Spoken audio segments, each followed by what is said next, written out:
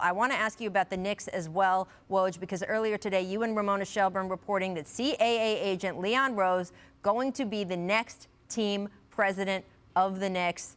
How did this come about, Woj? And I appreciate, by the way, he keeps looking at his phone in case there's another major trade he's going to break on this show. But until that happens, tell me about Leon Rose. Well, I think Jim Dolan has known Leon Rose for years, and he has been one of the elite agents in the NBA. He's based in the metropolitan New York area. He's had, a number of his clients on the Knicks throughout the years, including Carmelo Anthony and the first client he ever had, Rick Brunson, who had a significant career with the Knicks. And I think Jim Dolan, he tends, when you look at his history of hiring, to go with people he knows and has some level of history with.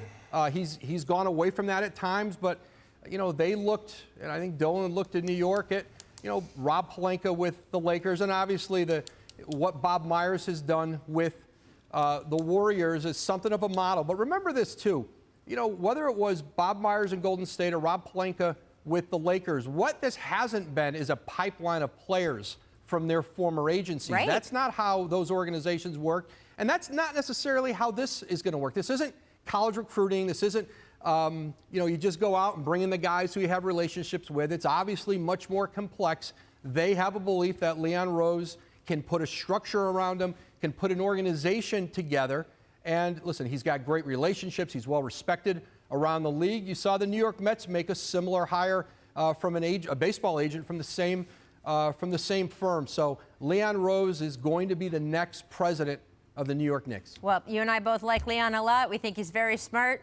I wish him well in that situation. Woj, thank you so much. We will be glued to our phones waiting to hear from you throughout the day.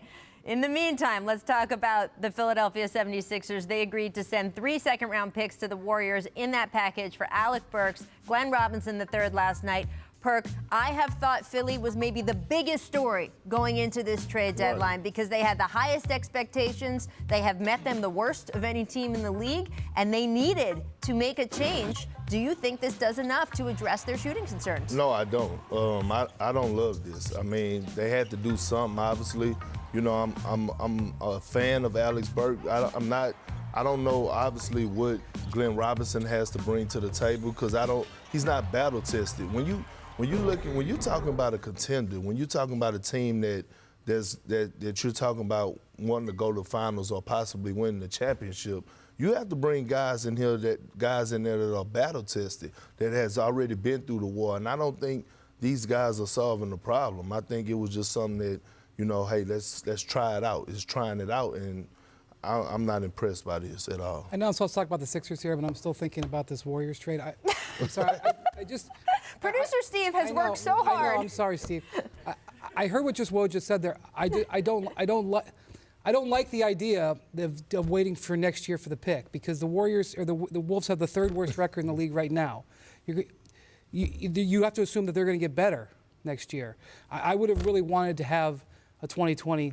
I would have wanted their 2020 pick, even if it was top 3 protected. I would have rather had the opportunity to have a top pick this year and next year. I'm not crazy about that, but okay. The Sixers just didn't have. We haven't even gotten to the Grizzlies Heat trade yet. The Sixers didn't really have a lot to trade. They had a very low threshold of what they were going to be able to do. They made it clear to teams who were calling them in the last few weeks, we're not going to trade any of our top 4 or 5 players. We're not trading Tobias Harris. We're not trading Al Horford.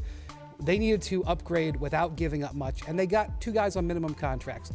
Guys on minimum contracts are typically on minimum contracts for a reason. That said, Alec Burks could help them win a single playoff game here or there. Look, it was through the buyout market that they got Danilo. I've got Danilo Gallinari on the brain right now. Marco Bellinelli, right? It's through the buyout market, right? That they got guys who, by definition, as you would say, hey, they were on the buyout market for a reason, but they changed. That's a fair point, right? They changed their course of trajectory that year. Looking at what the Miami Heat have done, where they've picked up 2 solid rotation wing players, the Heat.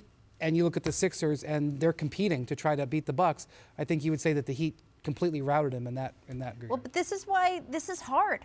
This I is agree. this time of year, this day is where we see how hard this job is. And you can be someone like, who I think Elton Brand is really smart, has certainly worked his way up to get that job in the front office, made some very good decisions so far for the Sixers, but it's hard. And maybe not every decision is as good or right or turns out the way you would want it to. It's easy for us to sit up here. It's easy to sit here, I but agree. that's what distinguishes the Miami front office. So far, the Clippers front office. There are elite front offices, Oklahoma City in this league, and there are all kinds of days of the year where we talk about who the very best players are, and we talk about Kevin Durant or LeBron or Giannis or any of these guys, and the guys maybe in the next tier. They're not bad players. They're very good players. They're all-stars, but they're not these guys. Today is when we see who the Giannis's of the NBA front offices are. And you mentioned the Heat. They made a deal that made them one of those front offices.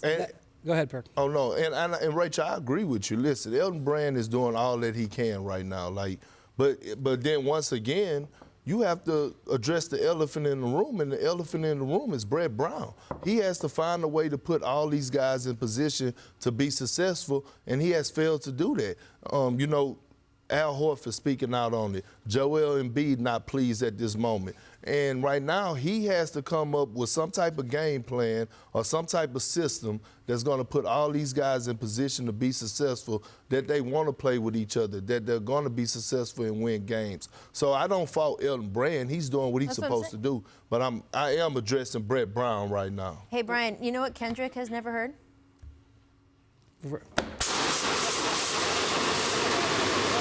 I hope there's a trade. We got more of that coming up. Thanks so much for watching ESPN on YouTube. For more sports analysis and highlights, download the ESPN app. And for live streaming and premium content, subscribe to ESPN+.